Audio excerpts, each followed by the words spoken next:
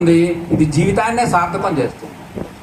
ఇది ఒక గురుతత్వం. అందుకనే తల్లి తండ్రి గురువు దైవం. తల్లి తండ్రి ఇద్దరు కలిస్తేనే గురువు, తల్లి తండ్రి గురువు ముగ్గురు కలిస్తేనే దైవం, మొత్తం కలిస్తే దైవమే. అట్లాంటి గురువు తత్వం అనేది అంత గొప్పది. మనం ఏ తల్లిదండ్రులు కూడా ఎప్పుడో పెడితే చిన్నపిల్ల పుట్టినరోజు లేకపోతే మన పెళ్లి రోజు ఒకసారి నమస్కారం పెడతాం. కానీ గురువుకి ఎందుకు పెడతాం? గురువులే స్వార్థం ఉండదు, గురువు నిస్వార్థంగా ఉంటాడు. ఎప్పుడూ కూడా ప్రజా శ్రేయస్సు కోరుకునేవాడు, ఎప్పుడూ మానవులంతా బాగుండాలనుకునేవాడు, సర్వజీవులు బాగుండాలనుకునేవాడు. రామకృష్ణ పరమహంసకు పుండొచ్చింది ఒకసారి, ఒక సందర్భంలో పుండొస్తే అందులోంచి పురుగును బయటికి తీసేస్తే అది పాపం విలవెల్లాడుతుందంట.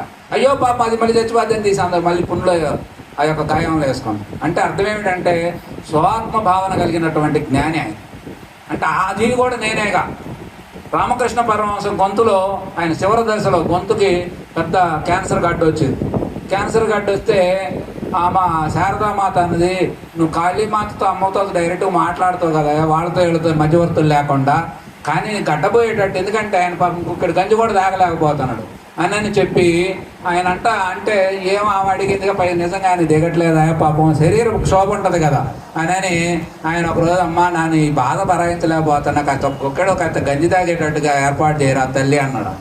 అనగా ఆయన అమ్మ అనుగ్రహం అంటే ఈ ఒక్క గొంతు నీదని మిగతా గొంతులు నీ కాదా అని అడిగింది.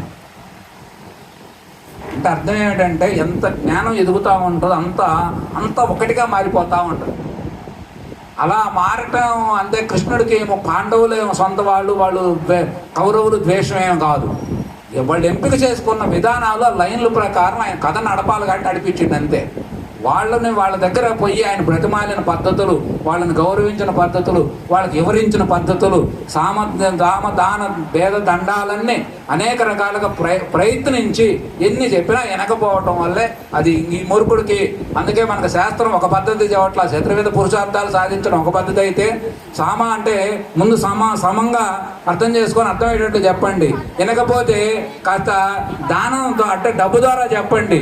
వినకపోతే కాస్త బెదిరించి చెప్పాలి. వినకపోతే బెత్తం తీసుకుని కొట్టి చెప్పాలి. 4 పద్ధతులు మనకు ఉన్నాయి, ఒక పద్ధతి ఏం కాదు. అందుకని 3 పద్ధతులు అయిన ప్రయత్నం విఫలమైనప్పుడు పాండవులకు వచ్చాయో 4వ పద్ధతి ప్రయోగించండి, ఇక 3 పద్ధతులు ఫెయిల్ అయ్యి అని చెప్పి. కాబట్టి అట్లాంటి గురుతత్వం అనేది అంత గొప్పది. గురువుకు మనం ఈరోజు నమస్కారం పెట్టుకుంటాం. ఎందుకంటే ఎంత ఎదిగిన శిష్యుడు కూడా ఆ గురువు గారికి మినిమం నీకు మిగతా టైంలో బిజీగా ఉన్నా గురు పౌర్ణమి నాడు వచ్చి నీ గురువును దర్శించమని చెప్పి మన శాస్త్రం చెప్తున్నది. ఆ శాస్త్ర ప్రకారం ఈ గురు పౌర్ణమి అనేది ప్రతి మనిషిని ఇప్పుడు ఈరోజు ఆయన ఈ పుణ్య దంపతులకి మీరు నమస్కారం పెట్టారనుకోండి, వాళ్ళకి పెడుతున్నామని మీరు అనుకోకూడదు, వాళ్ళు మాకు పెడుతున్నాం అనుకోకూడదు. అది మీరు సాక్షాత్